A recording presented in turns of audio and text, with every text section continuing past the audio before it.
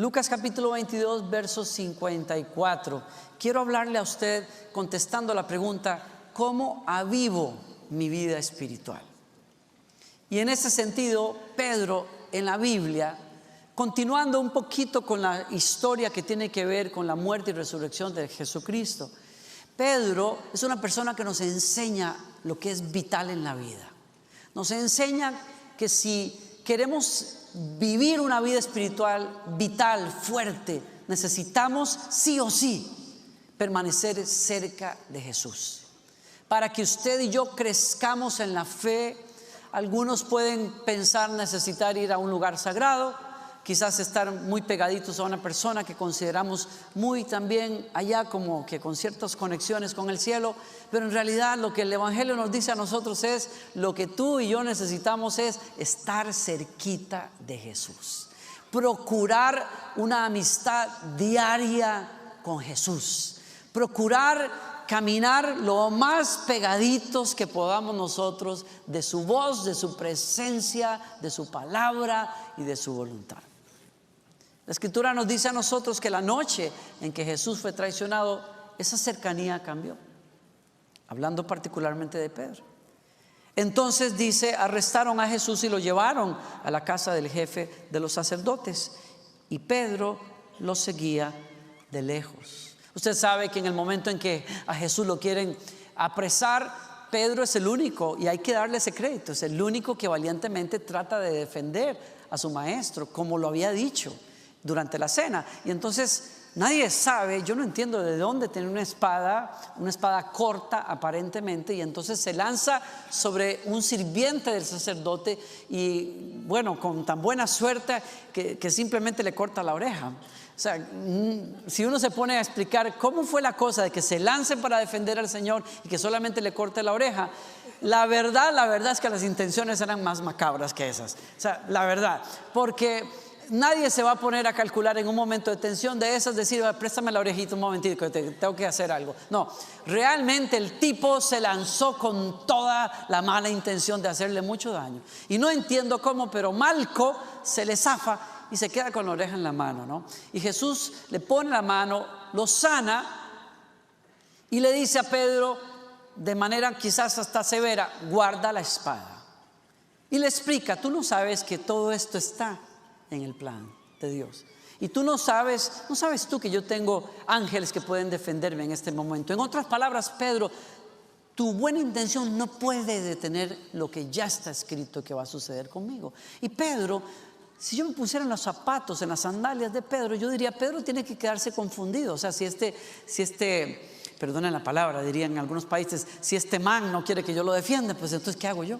Mejor aquí es huyendo, ¿no? Aquí no queda nada que defender.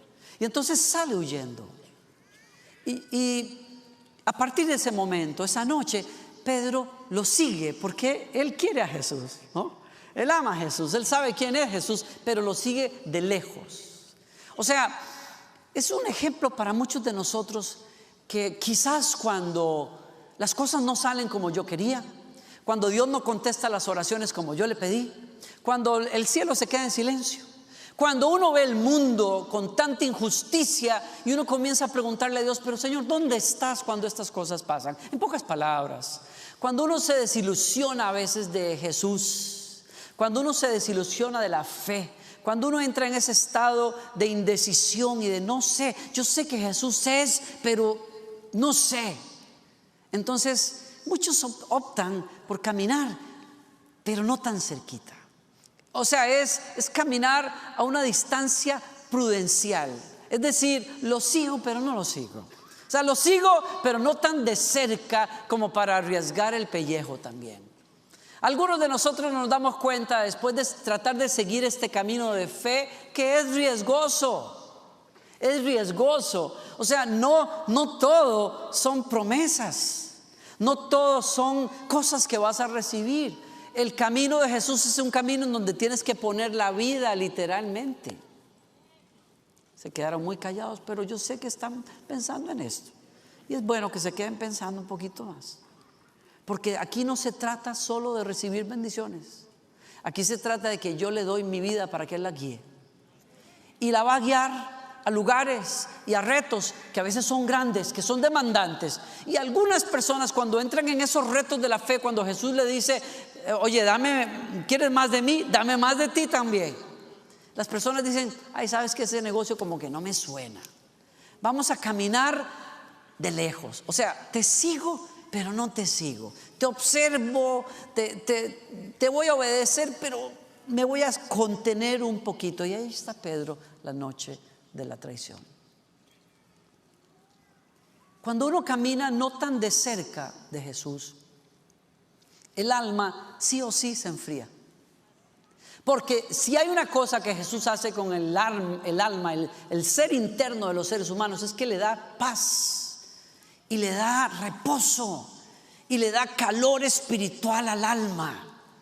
Y todos esos anhelos que la gente antes contestaba o trataba de llenar con cosas triviales, con cosas de la carne y del mundo, ahora hay una llenura que solo Jesús puede traer y que no puede obviarse. Es un calor espiritual que nos sostiene. Pero cuando uno comienza a caminar a la distancia, cuando uno cambia su compromiso y entonces se queda a la distancia, el alma se enfría, la fe se enfría. Y cuando la fe se enfría, sí o sí tú vas a buscar con qué calentarla, pero ya no la quieres calentar cerca de Jesús. Vas a buscar calentar tu alma con algo. Y le pasó a Pedro. Y entonces cuando él se acerca a calentarse en esa noche terrible de traición y de tortura para Jesús, pues tiene que acercarse a un lugar que lo deja muy mal parado, a una fogata peligrosa, digo yo. Así la llamé yo mientras estaba leyendo por ahí el Evangelio. Y se nos dice por ahí que allí en medio del patio encendieron una fogata y se sentaron alrededor de ella, y Pedro también se sentó con ellos. Pedro se atrevió a ir al patio en donde a Jesús lo estaban interrogando, y se quedó allí. Y como era época de frío, pues tuvieron que acercarse, inventar una fogata. Y cuando este hombre, alejado de Jesús, o sea, cerquita pero no tan cerquita, siente frío, entonces se acerca a la fogata. Y en la fogata se encuentra dos cosas que pasan con el alma y con la fe cuando usted pierde su devoción, cuando usted pierde su compromiso a Dios. Lo primero es que cuando uno se acerca a fuegos peligrosos como esos, uno tiende a acercarse a personas equivocadas. Antes frecuentabas a Jesús, pero cuando Jesús no está cerca, frecuentas a otras personas. Y a veces esas otras personas que tú frecuentas son personas que no celebran tu fe. Son personas que no aplauden tu fe. Son personas que van a criticar tu fe. Son personas que van a minar tu fe. Son personas que van a cuestionarte. Son personas que van a abandonarte en tus dudas. Son personas que van a quererte comprometer para que dejes esa fe. Y eso fue lo que pasó con Pedro. Y cuando él se acerca a esa fogata, al no estar cerca de Jesús, ¿qué pasa? Que varias personas lo vieron y comenzaron a levantar la voz y a acusarlo. Este era uno de ellos. Yo lo vi, tiene toda la pinta, es más, se viste igualito que él. Y ahí cerquita a Jesús lo están abofeteando, a Jesús lo están golpeando, a Jesús lo están humillando. Y Pedro, claro, Pedro no quiere eso. Pedro lo que quiere es, quiero estar cerquita, pero no tan cerquita de esos golpes. Y lo exponen. Y se queda el tipo frío y queriendo esconderse, se da cuenta de que está en compañía de personas equivocadas. Personas que buscan otros deseos que no son los de Dios. Ese es mi punto hoy. Qué tremendo cuando una persona ha conocido de Dios, pero suelta ese compromiso, comienza a andar con amiguitos que no son tan amiguitos. Y esas personas, en vez de aplaudirte, te van a acusar. Esas personas, en vez de aplaudir tu fe y avivar tu fe, te van a dejar vulnerable. Y esa es mi pregunta hoy, quizás para mí mismo y para usted. ¿Quiere usted avivar su fe? ¿Quiere usted avivar su vida espiritual? ¿Por qué está andando con personas que no le convienen? ¿Por qué te estás acercando a fogatas peligrosas? ¿Por qué te sientas en lugares donde no es bueno sentarse?